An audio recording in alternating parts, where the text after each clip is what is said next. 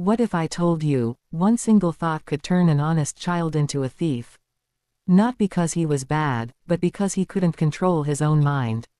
Stop right there. The thunderous voice shook the entire school corridor. Arav froze instantly, his blood running cold. His legs trembled as if they no longer belonged to him. He didn't want to turn around. He wished the ground would just open up and swallow him. But slowly, painfully, he turned. The school principal stood just a few feet away, his sharp eyes locked onto Arav's school bag. In that very moment, Arav knew he was caught. Inside his bag was something that didn't belong to him, a shiny, expensive smartwatch that his classmate Rohan had bought just yesterday.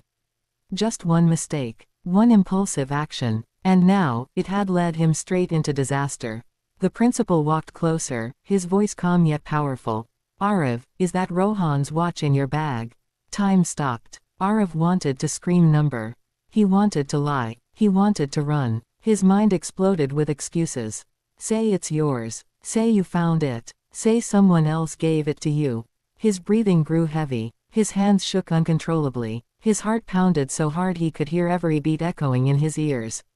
Right there, in that silent corridor, a war began inside him. A war between honesty and fear. Between truth and shame. Between doing what's right, and escaping the consequences. It wasn't just about a watch anymore. It was about self-control. Would Arav control his mind? Or would his mind control him? Just one day earlier, everything had been normal, peaceful, innocent. Arav sat quietly in his classroom, solving math problems when suddenly, click. The classroom door opened and Rohan walked in beaming with excitement. Guys, look what my dad bought me. He waved his wrist proudly, showing off a brand new smartwatch, sleek, shiny, filled with features that every kid would dream of. It tracks steps, plays music, even answers calls. Rohan said, pressing buttons with pride. Everyone gathered around him like bees to honey. Boys admired it, girls complimented it, and Arav just stared silently, mesmerized. It wasn't jealousy. It wasn't greed. It was just pure fascination. But then, opportunity arrived disguised as temptation. Rohan kept showing it off until the teacher entered. In a hurry, he removed the watch and placed it on his desk. And then, he walked away, leaving that precious gadget alone.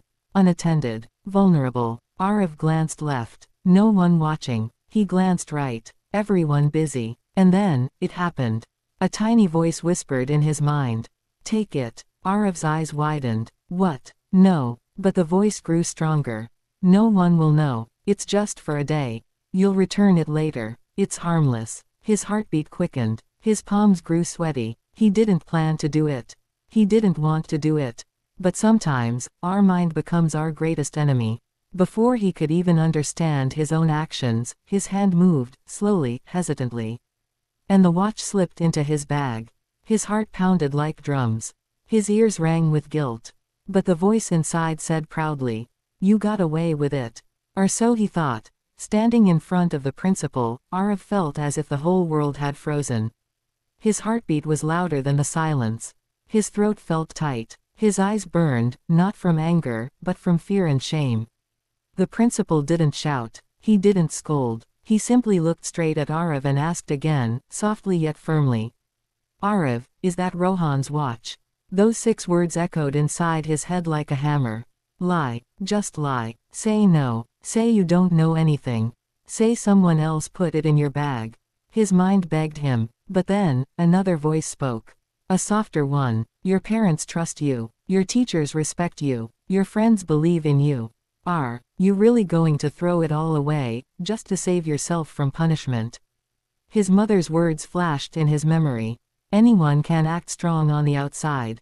But real strength is when you control your thoughts, even when no one is watching. Arav's lips trembled. Tears gathered in his eyes. And then, he chose.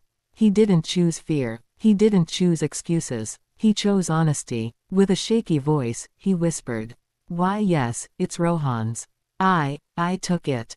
Silence. The principal didn't react with anger.